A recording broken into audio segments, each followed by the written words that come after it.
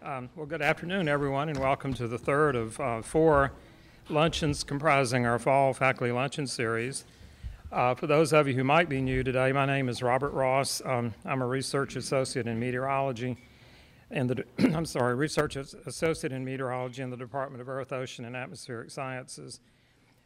Our series is entitled Unity and Diversity. An Academic Community reflects on the three cultures: the humanities, social sciences, and natural sciences. In our first luncheon, Dr. Jay Clayton, professor of English at Vanderbilt University, discussed how the humanities might inform and be informed by the social and natural sciences. In our second luncheon, Dr. Elaine Howard-Eklund, associate professor of sociology at Rice University, presented her ideas on how the social sciences might inform and be informed by the humanities and natural sciences. These presentations may be viewed on the Luncheon Series website. The address for that website is given at the top of the handout at each table. That would be the goldenrod colored handout.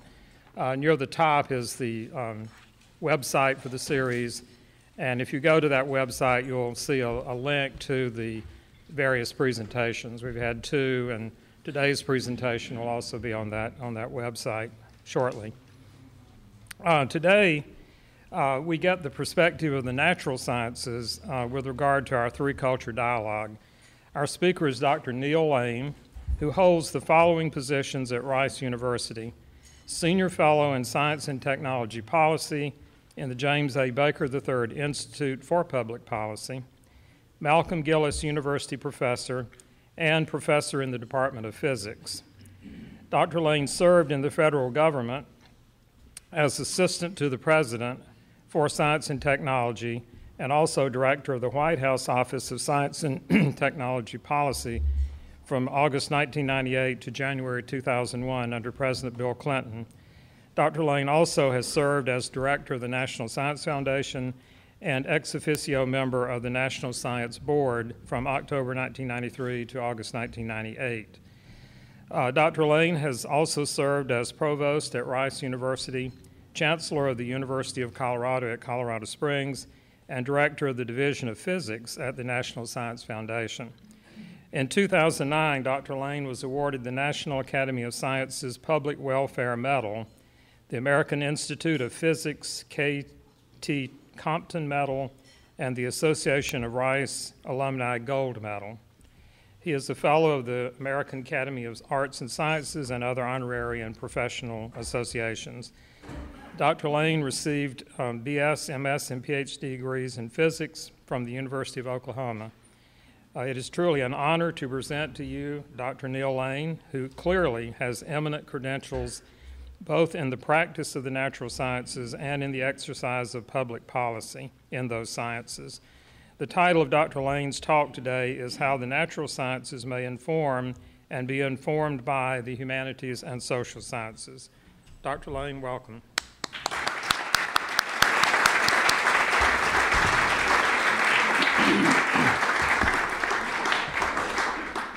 Thank you very much, Bob. It is a great pleasure for me to visit this beautiful campus again. It's terrific to see good friends Harry Croto and Margaret and Ray Bai, who I had the great pleasure to work with, the National Science Foundation, to be in this wonderful and beautiful University Presbyterian Center. I had a wonderful chat with Reverend Bruce Chapman earlier. We probably didn't solve all the problems of the universe, but took on a couple of them. It's just wonderful to be here. Last night I had a wonderful dinner with your president, Eric Barron, and Molly. I had a chance to work with Eric years ago on a board. I'll tell you, there are two people who love this university and everybody in it. You're so fortunate to have them here, and they feel so fortunate to be a part of your community. I also enjoyed looking at your website and hearing the lectures of the previous speakers, and I thought very hard about how I might add something of substance, but having been in Washington, where not having anything of substance to say seldom prevents anybody from talking, I thought I would just go ahead and come, and maybe I would learn something that I'm sure I will learn something to take back with me. My last visit to the campus, I looked on the calendar, it was October 2008, in the closing days of the George W. Bush administration. Perhaps some of you remember them. And just before the last presidential election, I talked about policy and returning to the real world from Washington. I tend to talk about policy from time to time, and I won't totally avoid that today, but I'll try to be careful with it. The title of my talk last time was Why Science Matters, a message for our future president.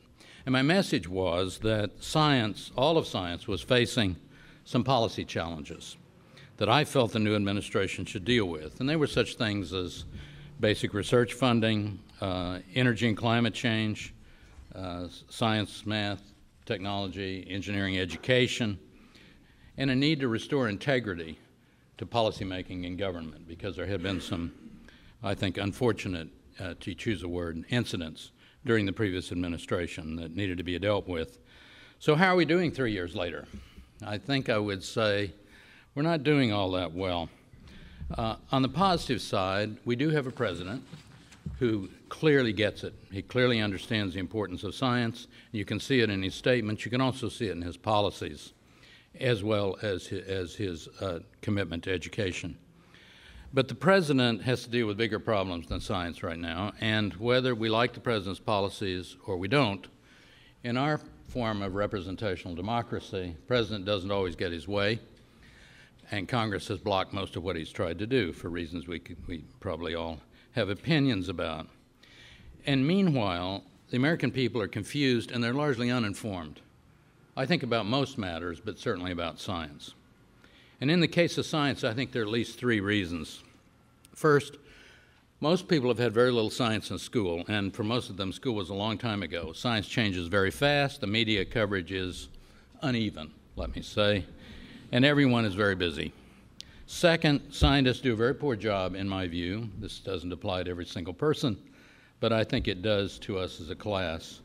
A very poor job of getting across to the public what science is all about, why we're enthusiastic about it, why it's good for them, and all of those kinds of issues. Because I think it turns out that most of us natural scientists just don't understand people very well. We use what's called by our social science colleagues the deficit model. Tell them, if they don't get it, tell them again, but louder. So that's been our approach. And third, there are powerful forces in this country that don't necessarily want the public to know more about science, especially any kind of science that is inconvenient for their agendas, whatever those may be. So I'll come back to the matter in a few minutes, but first let me just step back, make a few comments about C.P. Snow, whom I'd never had the opportunity to meet, and about his 1959 Reed Lecture at Cambridge. In 1959, I think you all know, 2 years after Sputnik, Lord Snow became alarmed by a divide he saw between the natural scientists, primarily physicists, and the literary intellectuals of his day. He spoke of polarization of the two cultures and of consequent dangers to society. Snow's lectures and essays caused a stir, particularly, I think, after he was severely skewered by an intellectual of the day, the then famous British literary critic, F.R. Levis, or Levis, I will say, whom I also never had the opportunity to meet, who used every negative adjective he knew, and he knew a lot, to humiliate the much-admired Lord Snow, causing Snow's many outraged friends to leap to his defense. I think the serious message in Lord Snow's lecture seemed to get lost in the fray. There was, I think, a substantive critique written about Lord Snow's Two Cultures lecture by a Cambridge biologist, I think, Michael Yudkin, and you can find him in a small book that I included in the list of references that's been distributed here. Much has been written about Lord Snow's Two Cultures and his critics, and many of you, I think, will have read Jerry Kagan's The Three Cultures, which Bob referred to in his material describing this series. Now, I know Jerry, and I work with him on many projects, the American Academy of Arts and Sciences, but frankly, I hadn't had a chance to read this book, so I did before coming. I think he does a good job of describing how much has changed in the disciplines, not just his discipline, but all disciplines of science since Snow's talk. And I won't try to summarize Kagan's rich discussion here, but just try to make a few comments on some questions that Bob suggested some of us who are speaking think about when we get ready to come here. So I'll just choose 3 of these questions. First of all, do I see a cultural divide of the kind that Snow talked about? Second, if I see a cultural divide, does that pose dangers for society? And finally, is there a role for education? So I think there are many divides on campus, in part because of increased specialization of fields, in part because we have different goals, values, and methodologies, in part because the way research is funded or not funded, and barriers in the way of collaboration sometimes, in part because everybody's very busy. And the competition for development of a career in science, and I think most other fields, is just very difficult these days. I think these divides pose an intellectual loss, certainly an educational loss. Now, there are even bigger divides in U.S. society, and they're in such things as economic, political, religious, ideological, and educational domains.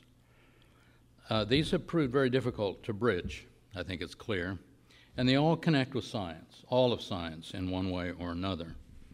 Now, in my introduction, I suggested the reason for the lack of progress of our policymakers in Washington is because the American people are confused and largely uninformed.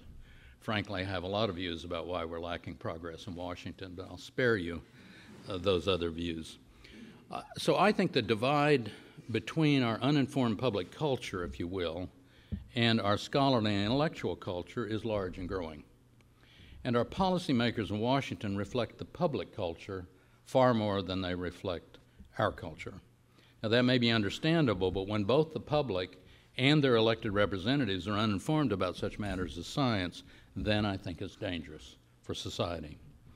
Now, as author Sean Otto points out in his just-released book, Fool Me Twice, this is not a kind of democracy that Jefferson had in mind. This was not what the Founding Fathers thought we were going to have.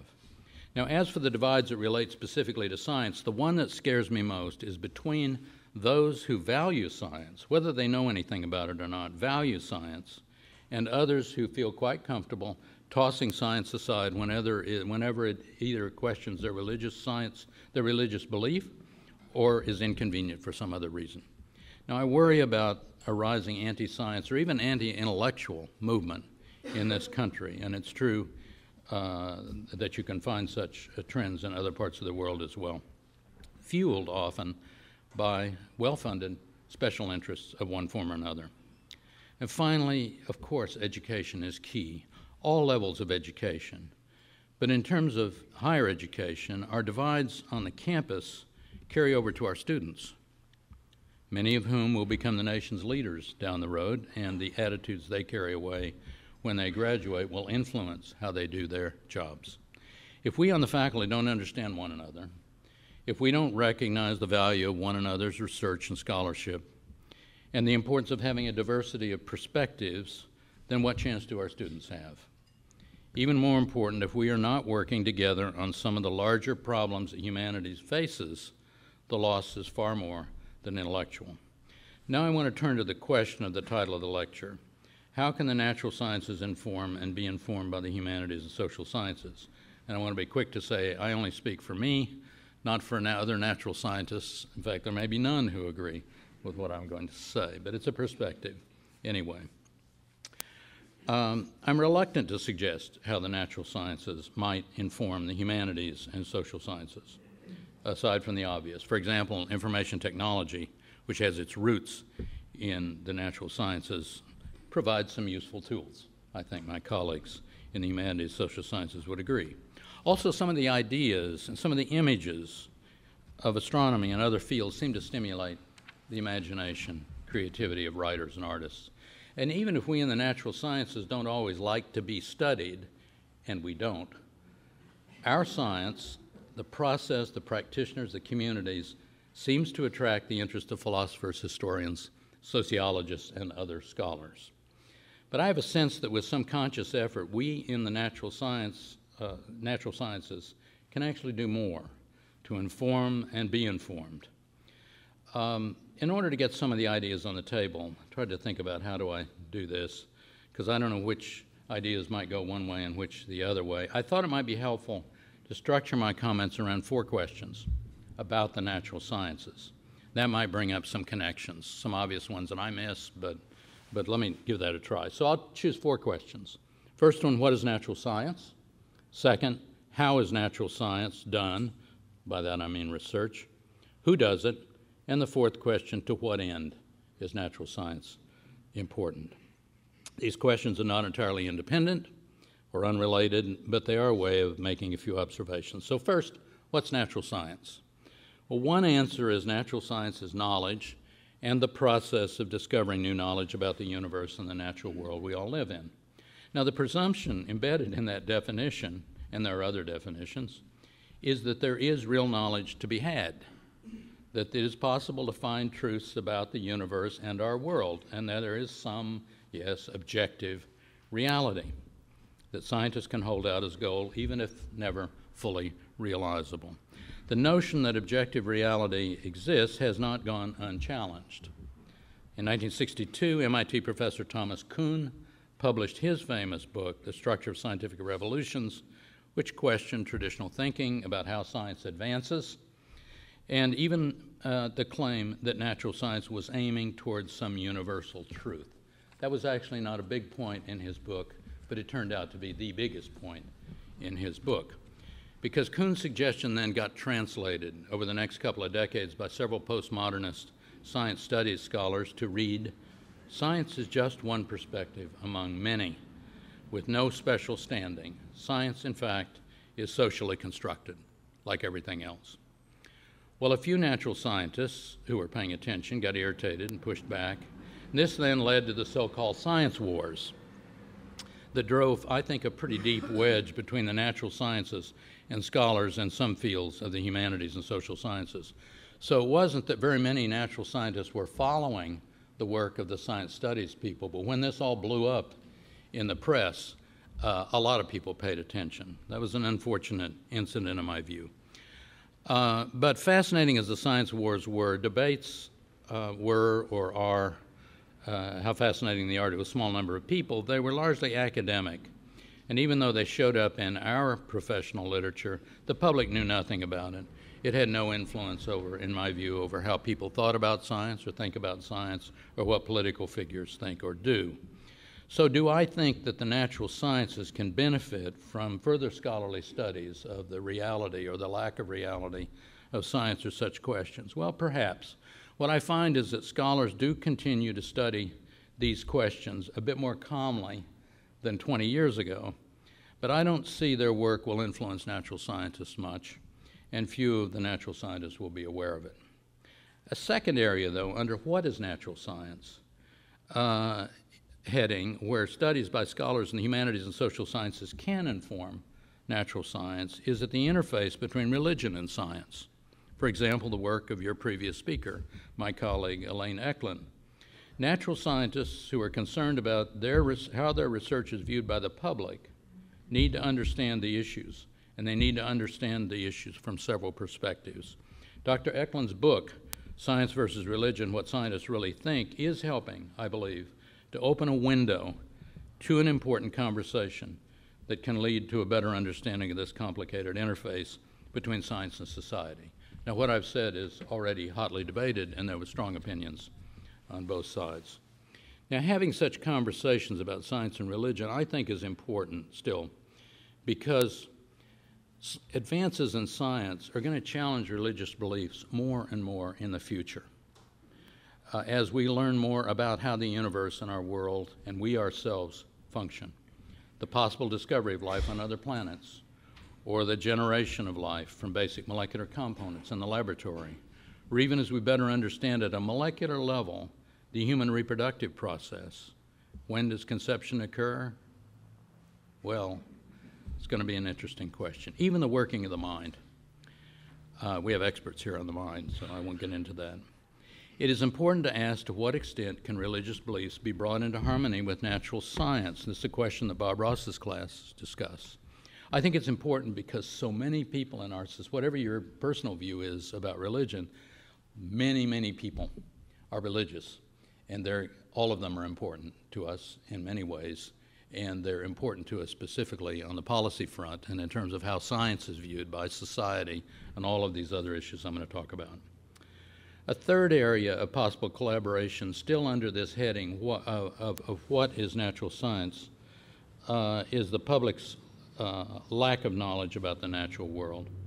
The whole question of what scientific literacy means or should mean, I think still remains open. Natural scientists need to sit down with colleagues in other fields and discuss such topics as what do most people need to know about science and technology. And even if you answer that, what is it really going to be possible to get across to the general public, or what sector of the public? Is it really the responsibility of scientists to do this? We have many scientists who spend a good bit of time educating the public. How should we best go about it? So that brings me to this question: how is natural science done? Natural scientists employ a scientific method, which involves some iteration of hypothesis, observation, and theory through a process we call research. And to be classified as science, certain standards apply set by a community of scientists. And as soon as we ask the how question, we are talking directly about a human activity, how the human mind works, how human communities deliberate and decide, and so forth. The doing of natural science is a human activity, and understanding how science is done can certainly benefit, in my view, from scholars who study human ideas, human behavior. There are many topics we could discuss in that domain. How do humans form hypotheses? How does a scientist respond to evidence that contradicts his or her hypothesis? How does a community of natural scientists arrive at a consensus, and how does that community change its consensus based on evidence? How self-correcting really is natural science? Why do scientists collaborate across disciplinary lines, and what are the barriers in doing so, and why is it so hard to knock them down? Dr. Clayton spoke about this from the perspective of what he calls transdisciplinary research in his lecture. How fair is peer review? Are there flaws in the way natural scientists approach ethical practices of their work? To what extent is natural science value-free? To what extent is natural science value-free, untainted by human feelings, emotions, societal interests, by culture? Should science be value-free? And I'll come back to the value question in a minute. And there are many others. All have to do with human thought and behavior as individuals and collectively. Now, some of these questions come up regularly in science policy deliberations. So dealing with conflicts of interest in grant reviews, changing the merit review criteria, regulations on the performance of research, definitions of research misconduct, design of new research programs or facilities or whatever, experiments. So my how question suggests many more areas where natural science can benefit from having other scholarly perspectives. And perhaps some of these questions are interesting to scholars in the humanities and social sciences. My third question: who does it? Who does natural science? Who does research? Well, natural scientists are men and women, astronomers, biologists, chemists, physicists, and others who are accepted by the natural science community, or rather their disciplines, as credible practitioners in their fields. They have specialized educations, and they are trained in the culture and norms of scientific practice. They think more deeply about the physical universe and natural world than most people, but otherwise they're just like people, everyone else on the planet. I've often been asked, what are scientists really like? And I say, well, scientists are a lot like people. And then I try to clarify, and I say, no, scientists are people, but they're really a special kind of people. This question of who does science raises a host of subjective questions where the natural scientist could use some guidance. What influences young people in deciding whether to go into natural sciences? What are the barriers to entry into various fields? Why are women and so many ethnic minorities still underrepresented in most fields after so many decades of progress of the fields themselves? How do governments influence science and engineering as career choices of young people? What are the political or cultural forces that influence who does science? Does one really have to have a PhD to contribute to the natural sciences in research, in applications, in policy? Today, the natural sciences community is concerned about the lack of interest of American-born young women and men in pursuing careers in science. And I think there would be a lot of interest in having a conversation about those issues. Finally, my last question, fourth question, to what end is natural science done? Well, at one level, natural science is done to increase human knowledge as an end in itself, although my impression is that rationale has lost a lot of influence in recent decades. At yet another level, science is done to uncover useful knowledge, information, methods, tools, technologies that can be applied to improve the human condition, heal the sick, create jobs, create personal and corporate wealth, produce new sources of energy, clean up the environment, deal with the human-caused climate change and its impacts. So this question, to what end, points to two broad areas of policy, science policy, that determines what research gets funded, sometimes that's called policy for science, and the second area, policy that determines how science and technology are applied by government to meet society's needs and wants, and that's sometimes called science for policy. Now, regarding the first of these, who gets funded or what gets funded, many scientists today worry that research in the natural sciences is already too directed toward particular strategic outcomes in health, energy, national security, climate mitigation, and so forth, thus limiting the freedom to explore where curiosity leads. Indeed, federal agencies and scientists submitting proposals are being asked to say what their research is good for. Even NSF includes broader impacts in their merit review criteria. That happened on my watch, so if anybody has a question about that, I'm happy to respond. Maybe it was on Ray's watch too, okay. These two worries suggest many questions that have to do with how university and federal policies influence what goes on in the laboratories and what research is important, viewed as being important for the public good and therefore paid for by taxpayer money, all policy issues. But the second policy area, how government applies science and technology, is where there is fertile ground for intellectual discussions involving scholars in the humanities and social sciences, as well as the natural sciences and engineering. One area where natural scientists need good advice, sounds a little self-serving, but we need help, is in dealing with pushback on any line of research or development that might lead to policy action that somebody doesn't like. They might find it objectionable for religious reasons. They might find it objectionable because it probably implies regulations that are going to cost them money or for whatever reason. Now, global warming and climate change are current examples, but in the past there have been many others. Examples would be tobacco smoke, acid rain, ozone hole, all cases where considerable money was spent trying to discredit the science and the scientists who did the research. This long-tested strategy of creating doubt in the public's mind when the science is inconvenient for some special interest was described by author David Michaels in his 2008 book, which you have reference to, Doubt as Their Product, and by Naomi later book, Naomi Oreskes and Eric Conway in their 2010 book, Merchants of Doubt. What's been going on is very much not in the public interest, but a public, and in many cases their elected representatives, uninformed on scientific matters, simply unaware of what's going on. In addition to these anti-science movements, I'll call them, that are motivated by the authors, what the authors will call corporate greed, there are anti-Darwinian efforts to ban teaching of evolution in the schools and campaigns to prevent research involving embryonic stem cells or anything having to do with human reproduction, reflecting objections by fundamentalist groups and often the Catholic Church. And I sometimes occasionally still run across anti-relativity rants by somebody who calls it Jewish physics.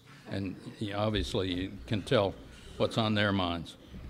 Not obvious, at least to natural scientists, how best to counter these efforts. I already talked about the deficit model earlier.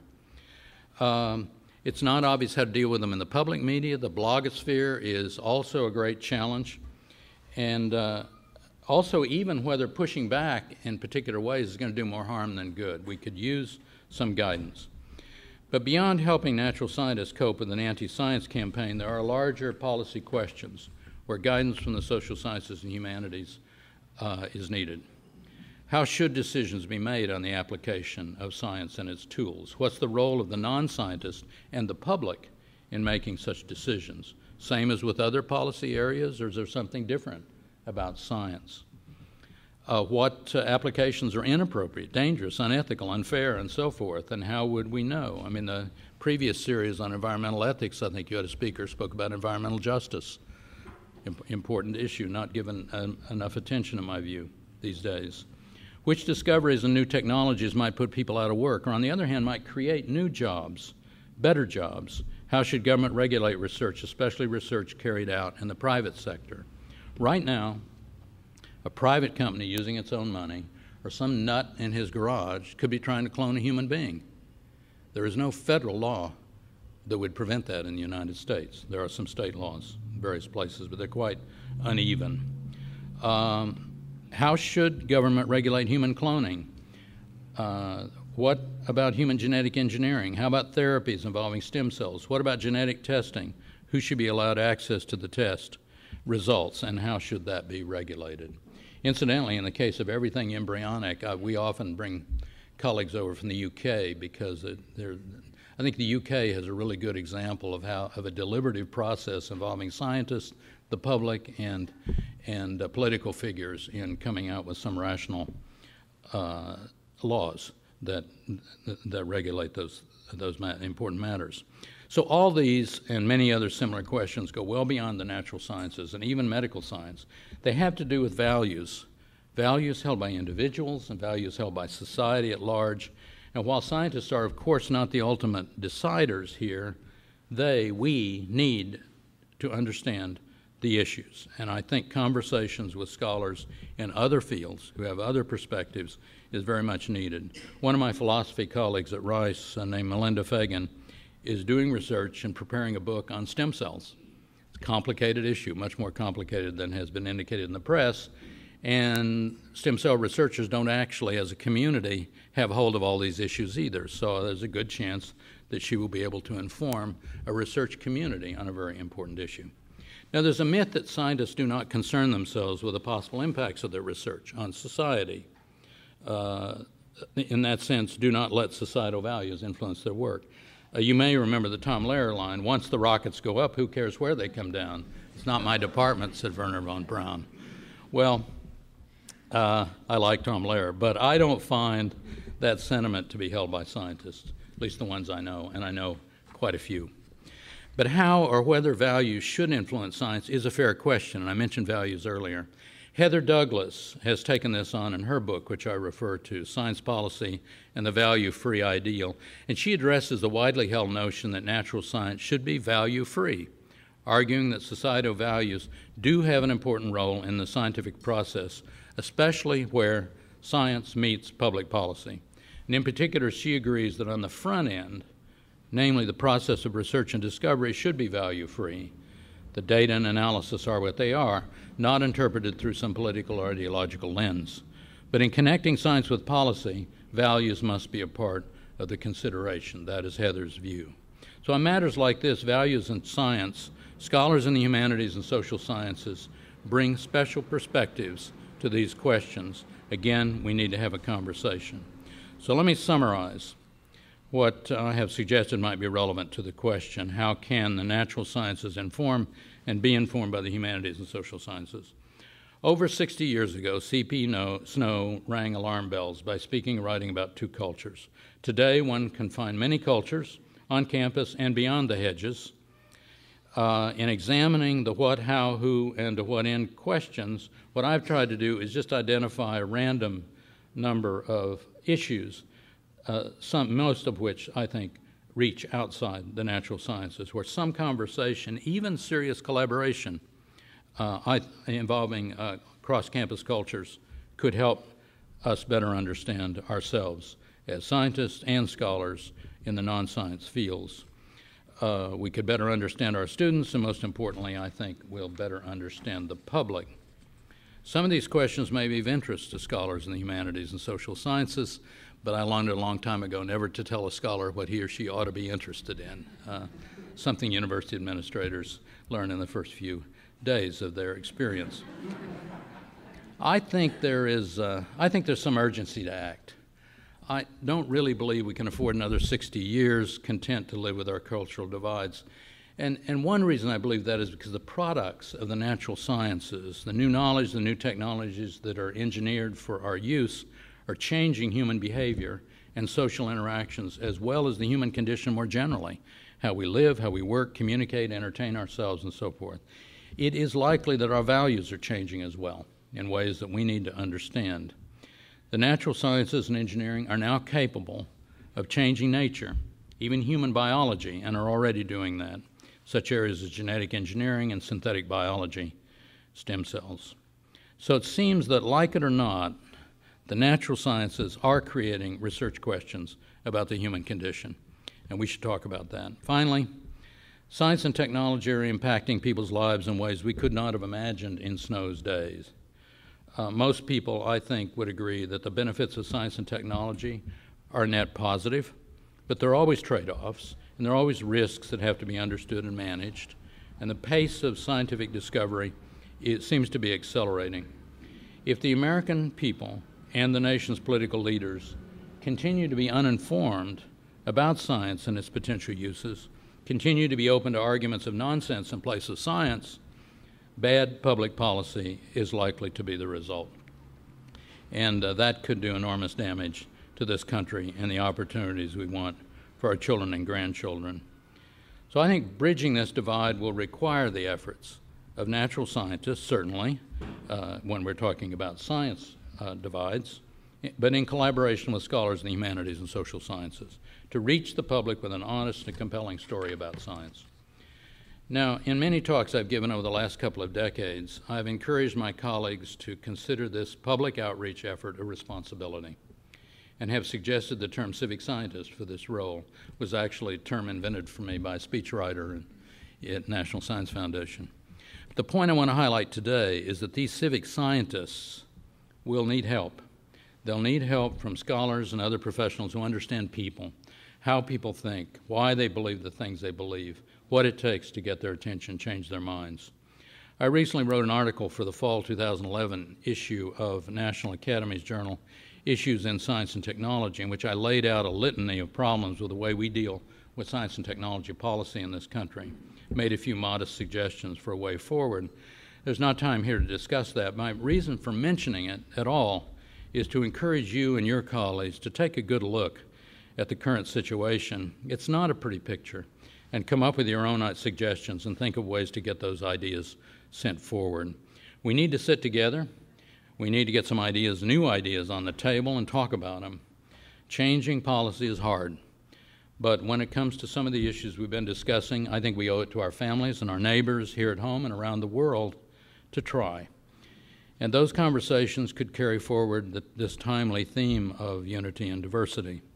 And so I greatly appreciate Bob Ross, what he's doing on this campus to encourage conversation. I hope that similar efforts will blossom all across the country, and I thank you all for joining me today.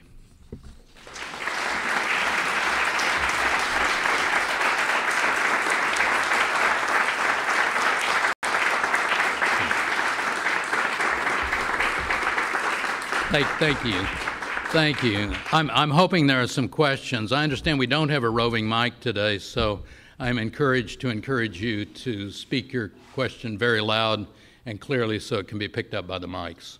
Also, I can barely hear anything, so it'll help me as well. So, any questions?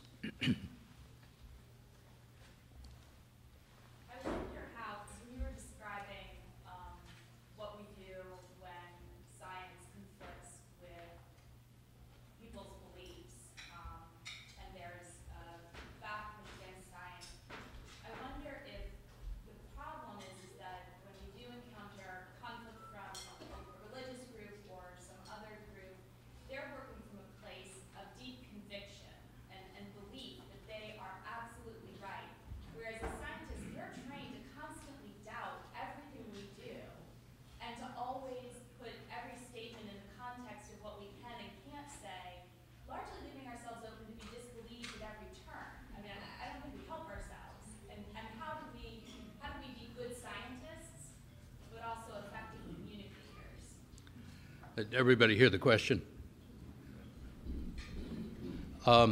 So it is the case, I think, that when scientists talk with people who have religious beliefs that are counter to whatever the scientist is talking about, evolution's a good example.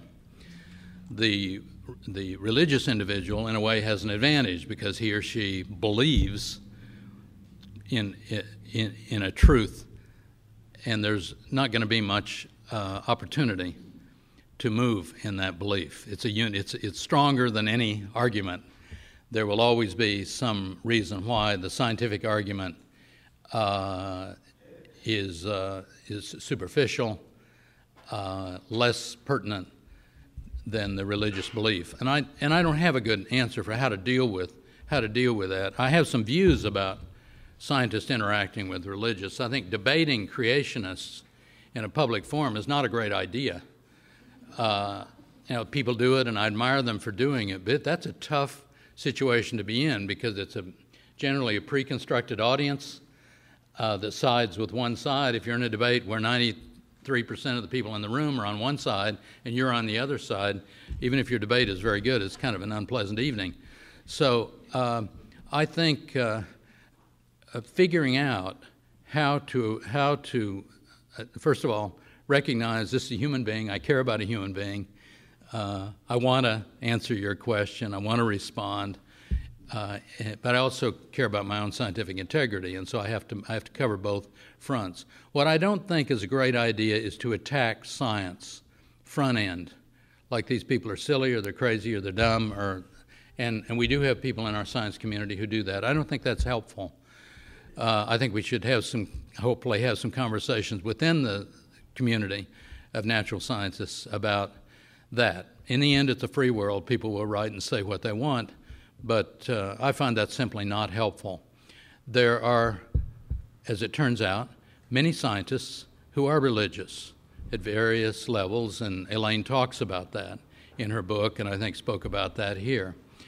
It's a range of beliefs from deists who don't really accept the Bible, but otherwise think there's some force behind the universe, something that gets it started, and all along the rest of the spectrum. I have scientist friends who are fundamentalist Christians.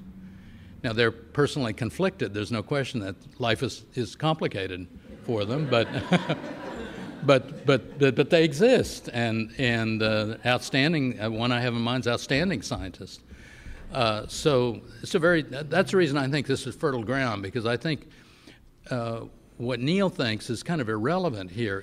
I have a small perspective based on some experiences, but there are many people who have thought deeply about this. And I think the scientists and scholars who are religious, who express publicly that they have faith, that they are part of a faith system, can be extremely helpful at this interface. And I'll just mention one more person. I think Francis Collins, who's head of NIH now and was running the Human Genome Project when I was in Washington, has written a book quite openly about his own religious beliefs, and when he felt he had his revelation, and he's not a fundamentalist Christian, but he's a Christian, and how that's consistent with all of what he knows about biology, including human biology. I think nothing fast is going to happen. No magic bullet here, no silver bullet here, no magic formula.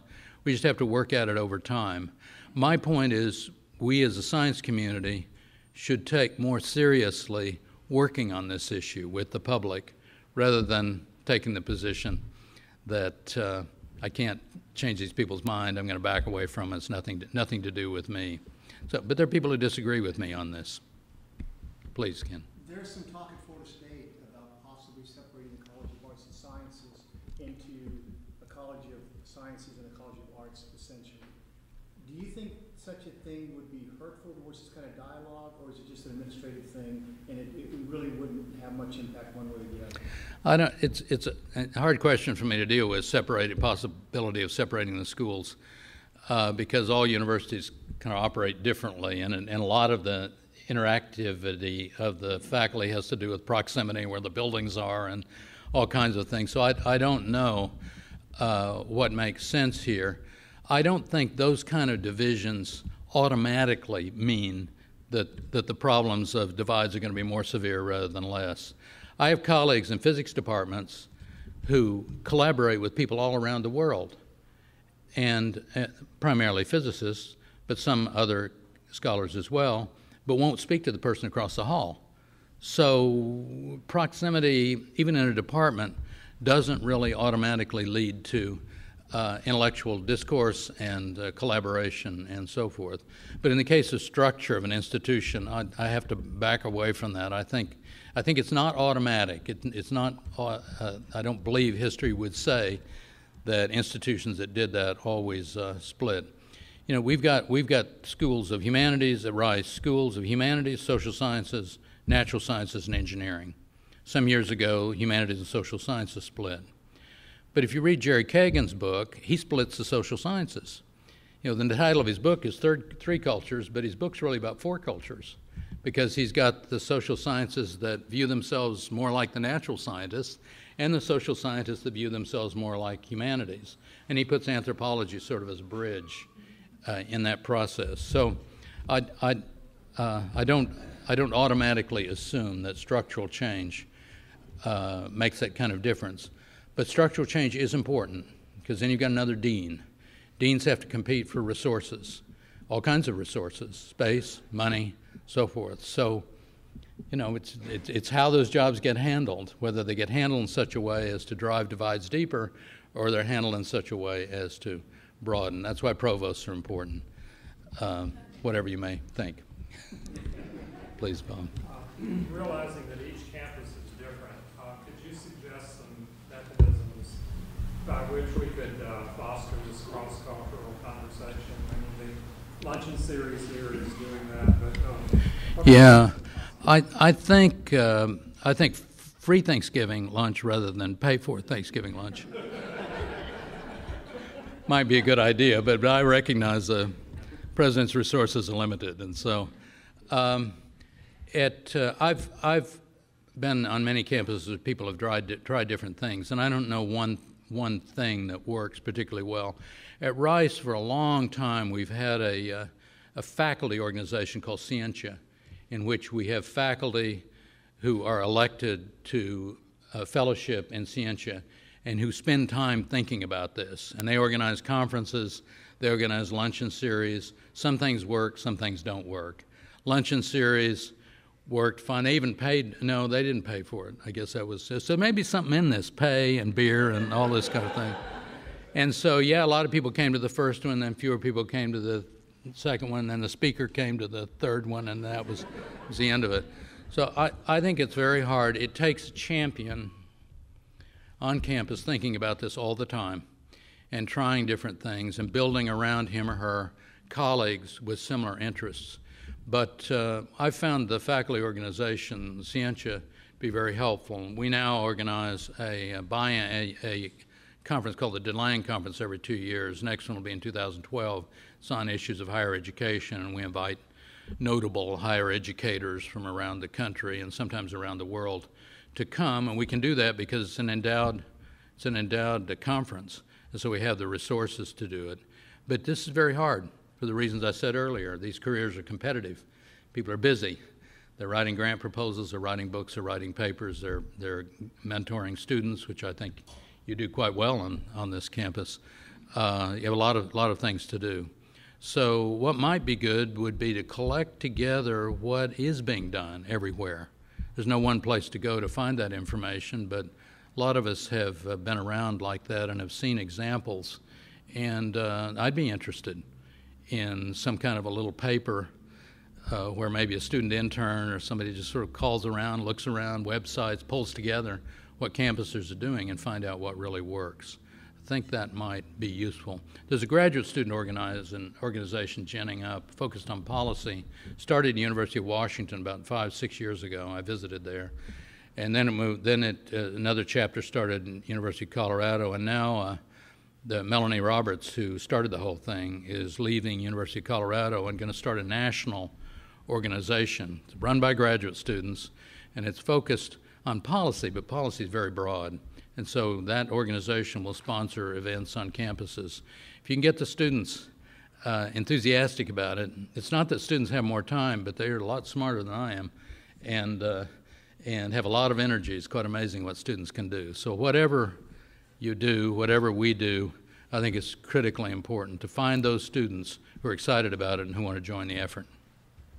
We have time for one more, do we? Yes. I was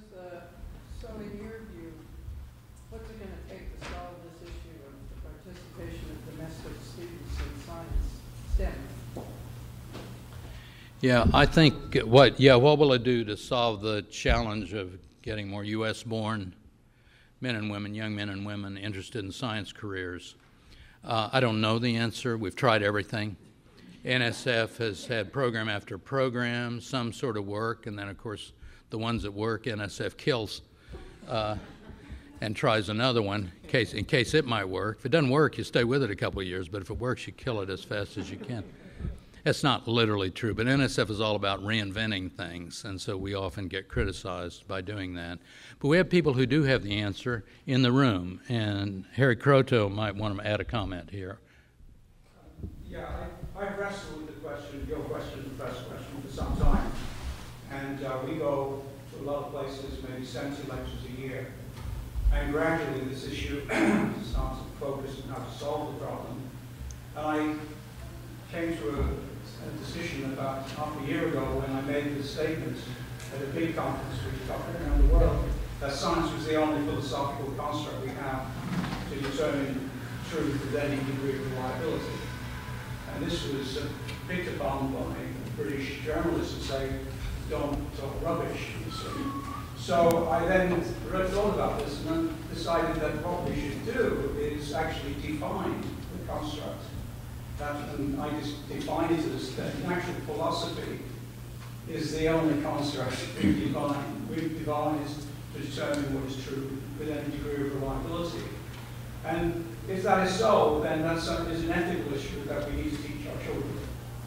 And that dissociates it from science in the sense, philosophically, it becomes a philosophical construct, an intellectual and a cultural one, and raises it onto a new level. And then you say, well, science is a sort of offshoot of this. And what I find now is that there's a constituency which is not looked after. These are young people coming to university, often from religious backgrounds, who find a conflict between the doubt-based, evidence-based attitudes of the sciences. And nobody's looking after them. Nobody. Maybe Richard Dawkins, but he is. And I get students writing to me and coming out, and in fact, it's started last, I get 1,200 kids. And 2 of them came out and said, we're the free thinkers of Stanford. Another group came and said, thanks for not censoring these issues. I've had professors saying, I'm glad you said that, but I can't say that. And Margaret told you, and her view is that there's a conspiracy of silence here. In this country, there's a fear of speaking out about these issues, and the scientific community has them in spades. There are some scientists who are religious. About 9% or 8% of the National Academy of Sciences, maybe 9%, 8% of the Royal Society. 9 out of 10 Nobel laureates whom I've interviewed are really pretty atheistic and quite prepared to say that. They say that from a particular position of strength that people will either listen or will not take any notice, but won't do anything about it. I think this country has a real problem, that there are people within the academic community who are scared stiff of saying, we are non-believers, we're free thinkers. And they're worried about this, and I think it's about time something is done about it. I think Feynman, in his book, The Meaning of It All, does address this in the second chapter. I think Neal probably know his book. And I didn't think it was a large number, but as we go around the world, the letters and emails I get, and the young people come out to see me after these lectures, and I'm sure Neal has had the same sort of thing to address these issues. They need some people to speak up for them, and there's nobody there. And I think what you're saying is that we need to address this and now take some strength, because it's a much larger community than people realize, and I realize the case. So my view is let's disconnect it from science, because people think science is just a useful thing that, iPods or whatever. But if we raise it to an intellectual and cultural status, which is something about how we think about things, how we decide what is true, then we disarm those who are anti-science because of various other aspects. And now we raise it to something which they have to think about, and they can't easily defend their position. I think that's a terrific statement, and maybe we have to end on it. I mean, do we have to finish, or do we? Oh, okay, okay, yes, please. Please. In the case of science for policy, dealing with pushback from government and private interests, are there, in your experience, have you seen some successful pushback? And if so, how did that work out? How did it come about? And how was it successful? I haven't studied it so the question is, have I seen some successful pushback? Is that right? Against some of these, I mean, you could argue that because of finally in the end the change in policy on tobacco, ozone hole, acid rain, and ultimately it will happen with climate change, but it hasn't yet. Finally, there was success here, and hard to know. There were so many players. It's hard to know who's responsible then for the change that occurs. But eventually, Clinton used to tell me, sometimes I'd get down on one thing or another, and Bill Clinton would say, Neal, you got to remember the American people always get it right. And I thought, you know, what you say is, well, yes, Mr. President, but what you think is, he's not right. and I think what he meant was over time. It's like Churchill's statement, right? I mean, over time, the American people get it right. And I think in those cases, it's happened through our messy political process. And so, yeah, these corporations will fight it and fight it and fight it until one company figures out we're going down. I mean, this is going to go down. So we're going to switch gears. And then the second company is going to switch gears. And you saw the little bit of the climate change, but then GW got, actually it happened during G.W. Bush's administration because it was clear that it wasn't going to be any regulation. But then when Obama got elected, it all fueled up again, and the same companies started sounding differently about climate change. So I think it's messy. You know, it's up and down, and it's back and forward, and a lot of damage along the way, a lot of bodies dropped along the way. But in the end, I think the political process generally works. You know, sometimes we're very unhappy with how we get there, and with some of the things that went on along the way, and you and I probably have a whole list of examples, but I think we have to have confidence that it works. But it won't work unless the scientists keep a focus on the integrity of the field and of their work, and when somebody gets attacked viciously with an attempt to destroy their career and their person, we need more scientists standing up for them rather than just saying, well, that's biology, I'm not a biologist, or that's climate change, I'm not a climate scientist. We could clean up our act as a science community. And I'm not taking away from Harry's suggestion that we need to think about this at a higher level and interact with the public differently.